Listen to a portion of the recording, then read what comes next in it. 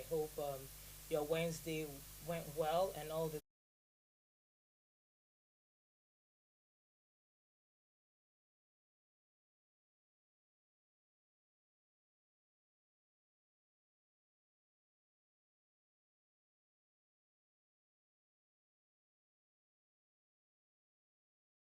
But we're going to talk about something that is really, really important and really critical to our financial life.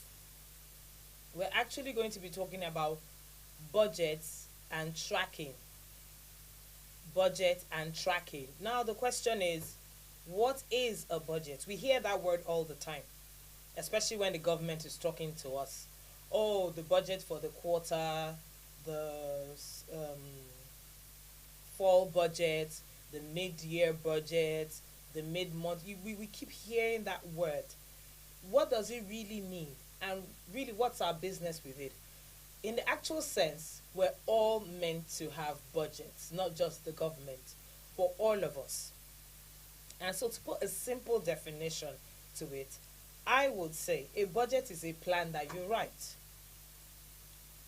It is a plan that you write out of how you intend to spend your money, either on a weekly basis or on a monthly basis, or it could be quarterly, half yearly, or a full year budget. You find out that a budget is something that we all do consciously or unconsciously, we do it. But the aim of today's talk is to make sure that we do it consciously, because there are benefits for us to do it consciously, and we stand to gain or become better financial gurus, if I should use that word, concerning our monies in, out, how it comes, how it goes, how we spend it, and all of that. Good. So now I'll go straight to what are the advantages of having a budget. First and foremost, a budget would help to create or give you a clear picture of where your money is meant to go. When you have a budget, there are various kinds of budget. They're very simple budgets. You can simply say, okay, I earn maybe £500 a month. I'll say pounds because I'm here in the UK. But wherever you're listening from, say you earn $500 or £500 or whatever currency it is, €500. You sit down and you decide, how am I going to apportion it? Here you talk about apportionment. There are usually various rules. I'm sure some of us have heard the 50 30 20 rule. Some of us have heard the 50 40 10 rule. We'll get to talk about that some other time. But it all depends on what you want to achieve for a budget. What are the goals? There must be something you want to achieve when you begin to budget. Do you want to make sure you don't fall into debt? Do you want to pay your debt? Do you want to make sure that you have monies for a rainy day? Do you want to make sure that you have everything covered, from your food to your bills, everything you need covered? So that's why you create a budget. So the advantage is that it gives you a clear picture of where your money is supposed to go, or how you have apportioned your money. And it's good you write it down. Some of us are tech savvy, so we can go online, we can work with Excel, we can do a lot of things and create templates for ourselves. I'm working on some soft, easy templates, and I will make it available, but at a certain fee. But that's story for another day. But like I said, a clear picture of how you apportion your money or where you want your money to go. Another thing is that a budget helps you make good financial decisions. It helps you to plan properly. It helps you to, make sure that whatever you're putting down, it takes you to where you're going to. Because for each time you receive money or you're paid money, money just doesn't sit there. It's either you send it somewhere or you make it to do something for you. If not, it will just walk away. Money tends to have wings. That's why you hear of currency. When you hear of currency, it's a flow. It's either it's flowing away from you or it's flowing to you. So you have that constant flow like a river, flowing away, flowing to you, flowing away, flowing to you. So it helps you to make good financial decisions and a good financial plan. It can also help you to eliminate waste.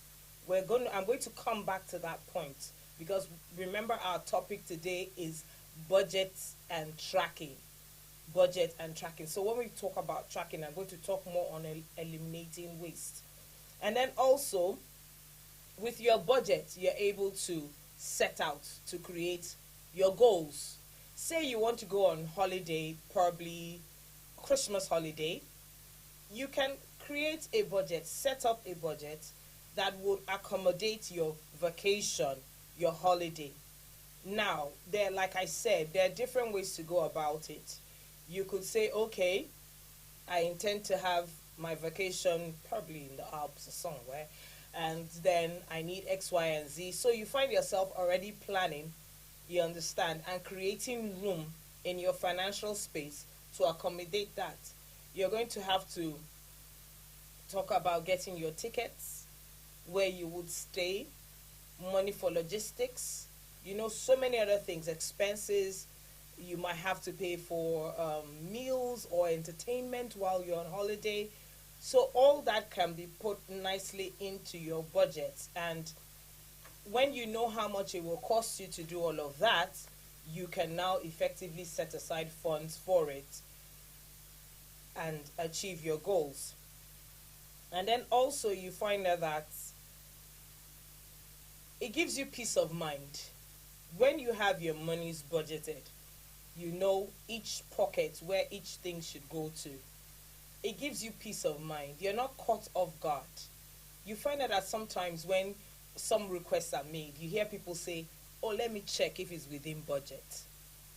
Or let me check if I can accommodate it in my budget. Why? They have created a financial plan or a financial platform where they know each pocket or each place has its own role to play.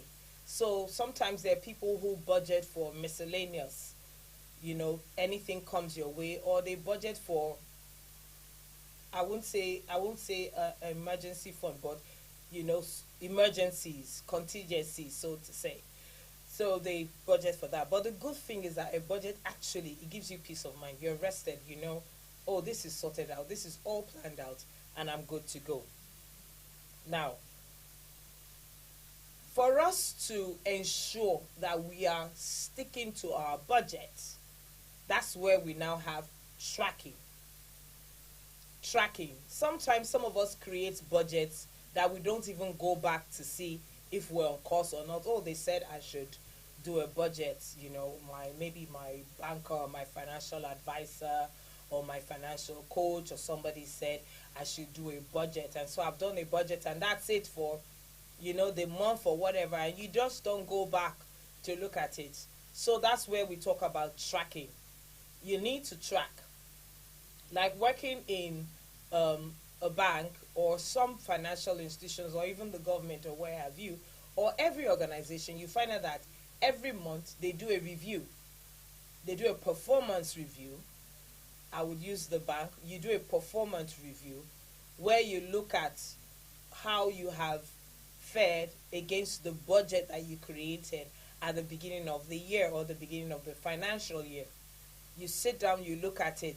Let's make a comparison. If we said we wanted to pay for something, how have we fared in that area? Have we been able to get the monies to pay for it? Have we been able to keep the monies that we meant for that so that it goes there? You need to track. And one of the good ways or one of the best instruments you can use to track is actually your bank statement. Some of us just don't care about it. Some of us, when we just get it, it's like, oh yeah, they've written to me again. Some of us don't even want to see the paper, so we tell the bank, send it to me electronically. But the honest truth is, have you taken time to look at that document?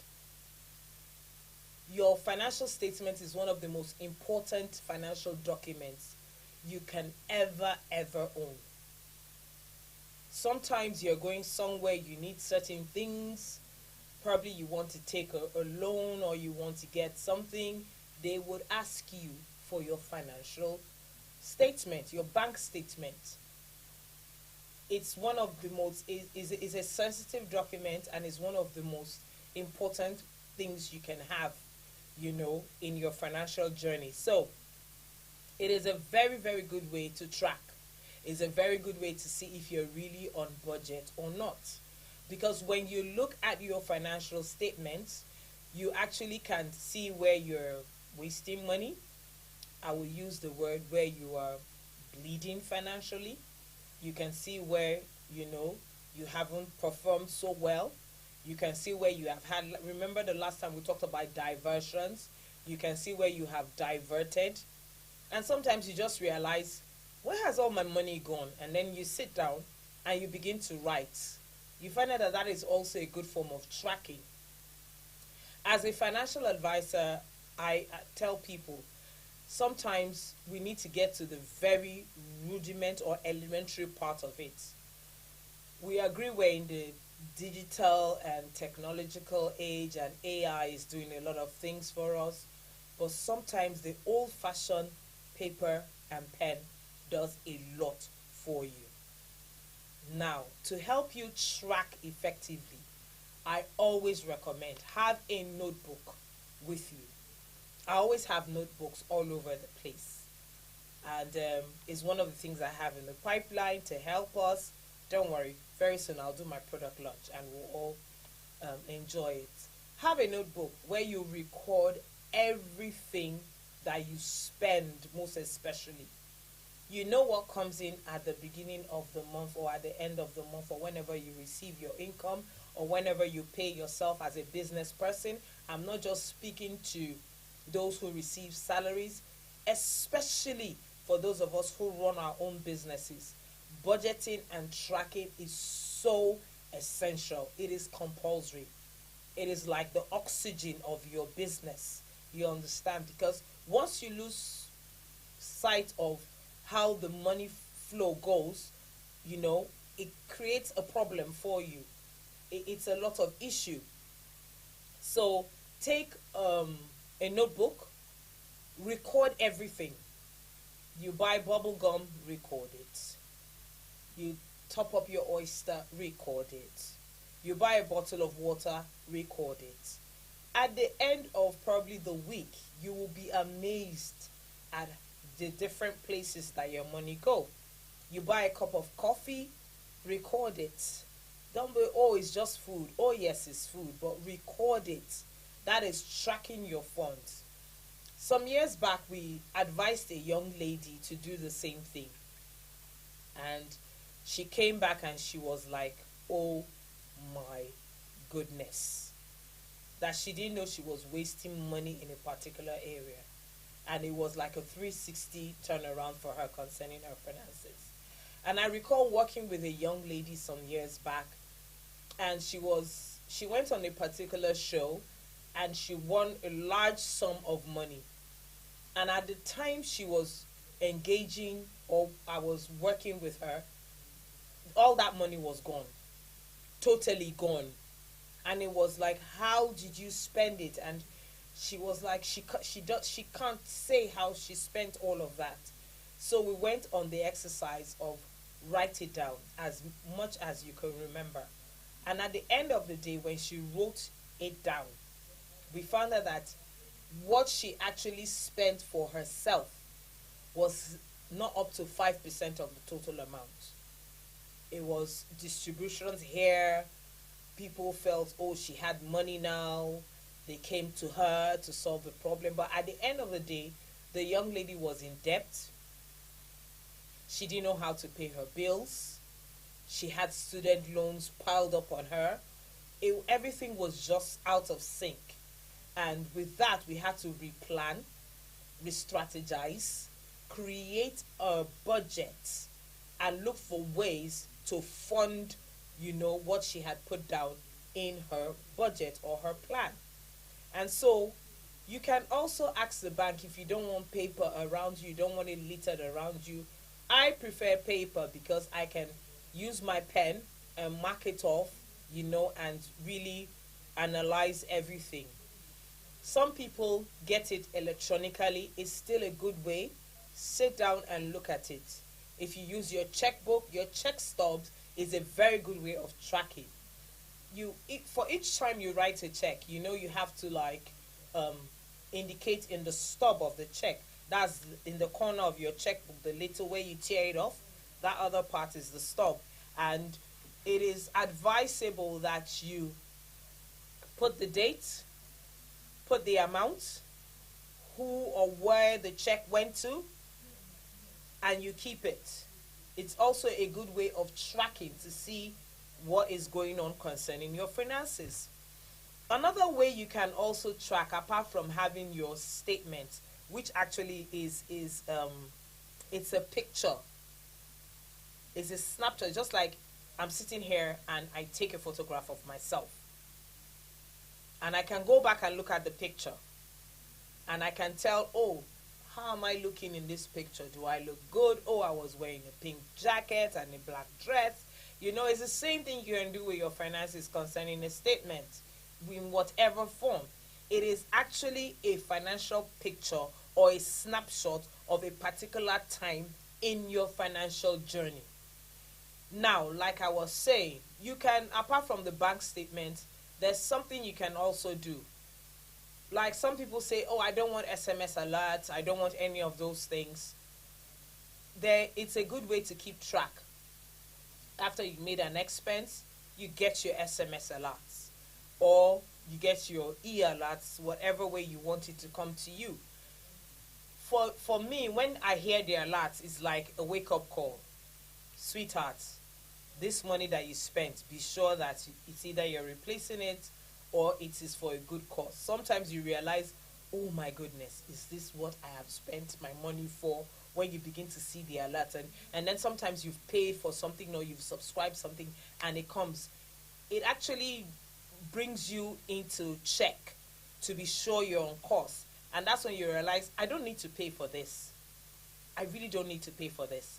Like, I don't know if I said it last time, but there was somebody we were talking, and the person said he noticed for a long time that a particular amount, I think he said when he started it was like £5 something. Amazon Prime. He didn't even know it was Amazon Prime.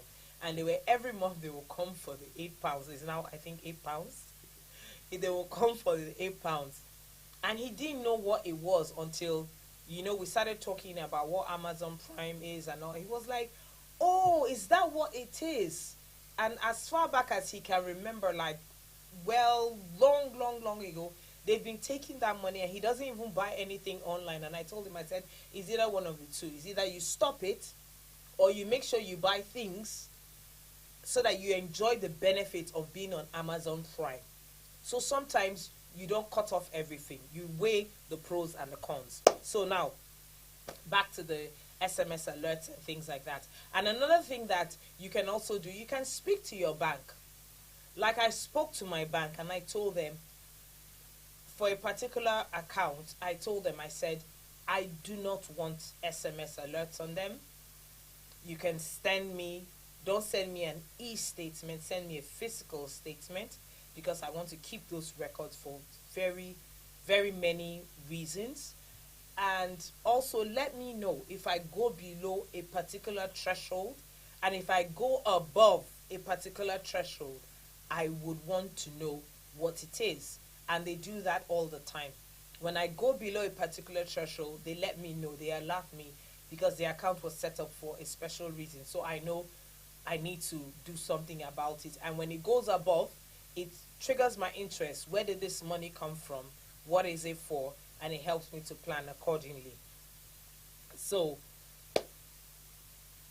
I would say tracking, you understand, is very, very good. Another thing is your receipts.